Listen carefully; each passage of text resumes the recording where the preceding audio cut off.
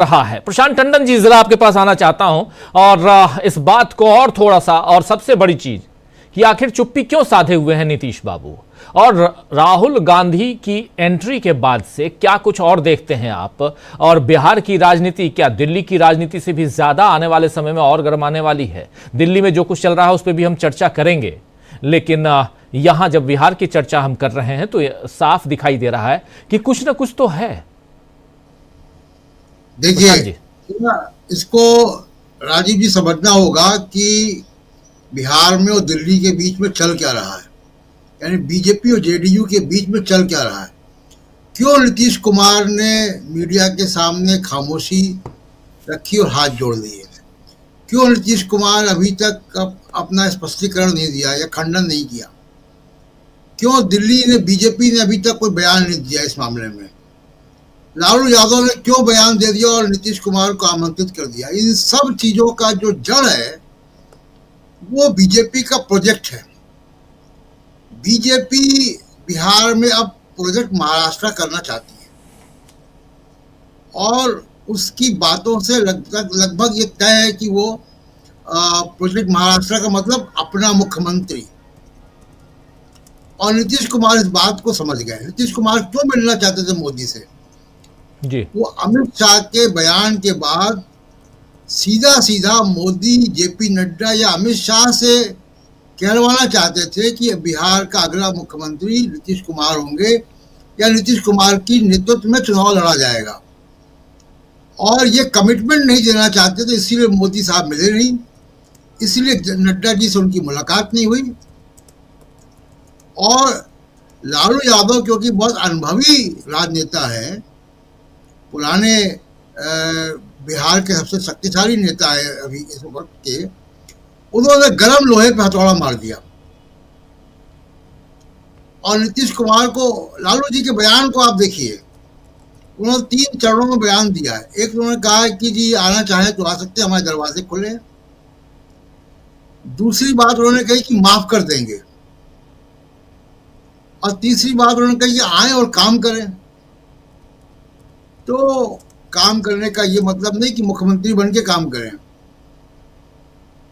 तो लेकिन लालू यादव ने पूरे तरीके से एकदम गर्म हथौड़े पे, क्योंकि नीतीश कुमार बहुत आहत हैं, नीतीश कुमार किसी भी तरीके से कमिटमेंट चाहते हैं बीजेपी की टॉप लीडरशिप से, स्टेट के नेताओं से नहीं, कि बिहार का चुनाव नीतीश कुमार की अगुवाई में लड़ा जाएगा, यानी मुख्यमंत्री का चेहरा वो होंगे, पोस्टर उनका लगेगा।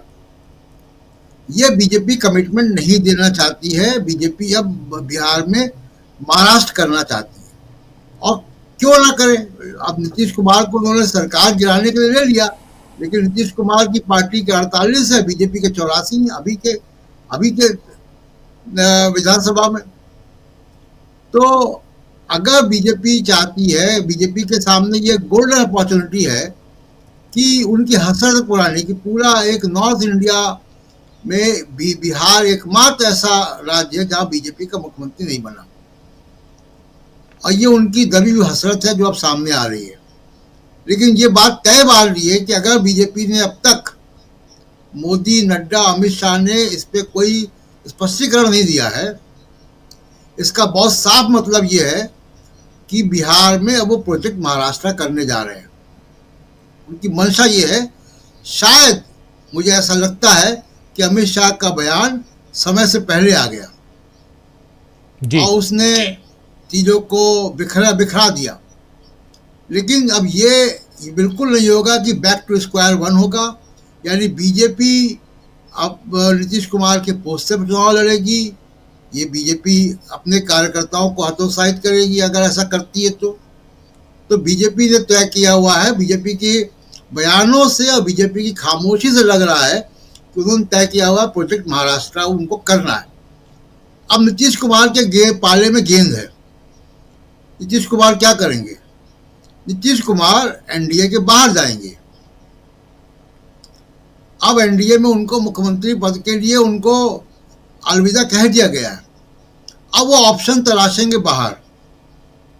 एक बात। दूसरी बात जो अभी आपने शुरुआत में कही कि एक हल्की सी सुगबुगाहट है कि पार्टी का विलय कांग्रेस के साथ, ये राजीव जी उस वक्त भी था जब नीतीश कुमार ने पलटी मार के बीजेपी से बाहर आकर और आरजेडी के साथ और कांग्रेस के साथ मिलकर सरकार बना ली थी। ये तब भी था कि विलय की बात तब भी चल रही थी, लेकिन पार्टी एकदम टूटने की कगार पे थी। ऑपरेशन लोटस शुरू हो रहा था, उसको डिफीट करने के लिए नीतीश कुमार ने यह फैसला कर लिया था, लेकिन उनकी बातचीत कांग्रेस में उस वक्त भी चल रही थी, विलय की बात चल रही थी। वो उसमें वो ऐसी बात नहीं कि कोई नई बात है, वो बात पुरानी बात है और वो रिवाइव भी हो सकती है। यानी नीतीश कुमार के सामने अब कई ऑप्शन हैं जी, लेकिन एक ऑप्शन जो नहीं है वो ये है कि बीजेपी अब नीतीश कुमार को मुख्यमंत्री के चेहरे पर आगे नहीं बढ़ाएगी। नीतीश कुमार के पोस्टर पे बिहार का चुनाव बीजेपी नहीं लड़ेगी, एनडीए नहीं लड़ेगा। जी राजीव जी, यही सबसे बड़ी चीज है। हमारे साथ जुड़ गए हैं अनिल सिन्हा जी। अनिल जी, आपका स्वागत करता हूं इस कार्यक्रम में। और जी बिल्कुल, प्रशांत जी क्या कहेंगे आप? देखिए, जिस दिन नीतीश कुमार दिल्ली आए थे डॉक्टर मनमोहन सिंह को श्रद्धांजलि देने, और उन्होंने अपनी यात्रा स्थगित की थी जो कल से शुरू हो रही है, तो तभी राजनीतिक जो हलके हैं वो अलर्ट हो गए थे, चाहे वो आरजेडी हो चाहे वो कांग्रेस हो, कि नीतीश कुमार दिल्ली में क्या करेंगे। नीतीश कुमार दिल्ली में अगर बीजेपी को नीतीश कुमार की लीडरशिप में चुनाव लड़ना होता तो मोदी जी उनसे मिल लेते, नड्डा जी से उनकी मुलाकात हो जाती, लेकिन वो नहीं हुआ क्योंकि बीजेपी तय कर चुकी है अंदर खाने जी कि उनको महाराष्ट्र करना है। अब उसी वक्त कभी देखिए, अगर शकील वहाँ पे बात कर रहे हैं बिहार में कांग्रेस के नेता, तो वो तभी से तय हो गया था। कांग्रेस के अंदर इस बात के कैलकुलेशन लगा लिए गए थे कि नीतीश कुमार क्या करने आए, उनको क्या नहीं मिला। अब नीतीश कुमार के सामने विकल्प क्या है? नीतीश कुमार के लिए फैसला आसान नहीं होगा, क्योंकि नीतीश कुमार अगर कुछ फैसला करेंगे तो उसका सीधा असर दिल्ली की सत्ता में पड़ेगा। दिल्ली के इक्वेशंस दोबारा बनाने पड़ेंगे। चंद्रबाबू नायडू के साथ क्या होगा? चंद्रबाबू नायडू पे सबसे बड़े सपोर्टिंग दल हो जाएंगे, अभी भी हैं, लेकिन अकेले वही एक बचेंगे। तब सरकार की स्थिरता को लेकर क्या सवाल होगा जी? क्या इसको लेकर भी कोई कांग्रेस या इंडिया गठबंधन की योजना है? क्या वो चंद्रबाबू नायडू को देवगौड़ा बनाना चाहते हैं? तमाम सारे ऑप्शंस होंगे कांग्रेस के सामने भी, और चंद्रबाबू नायडू का ऑप्शन उस वक्त भी था जब ये समर्थन की बात चल रही थी, तो उनको देवगौड़ा बनाया जा सकता है। लेकिन बात वापस आते हैं नीतीश कुमार पर। नीतीश कुमार के सामने बड़े साफ विकल्प है। देखिए, बीजेपी ने उनको पूरा मौका दिया हुआ है कि डॉक्टर अंबेडकर के बयान पर अमित शाह ने कोई सफाई नहीं दी है, और अब सफाई दे भी तो स्वीकार नहीं होगी क्योंकि अब उसका वक्त निकल गया जी। दूसरी बात, जातिवाद जनगणना। ये दो ऐसे मुद्दे हैं जो नीतीश कुमार के लिए एग्जिट पॉइंट है कि इसका बहाना लेकर वो बाहर आ सकते हैं सामाजिक न्याय के मुद्दे पर, और अपनी कंस्टिट्यूंसी को भी संभालेंगे वो, और उनके सामने बड़ा वैलिड रीजन होगा इन दो मुद्दों पर, क्योंकि जातिवाद जनगणना वो सर्वे करा चुके हैं बिहार में, और बिहार के लिए वो बड़ा मुद्दा होगा।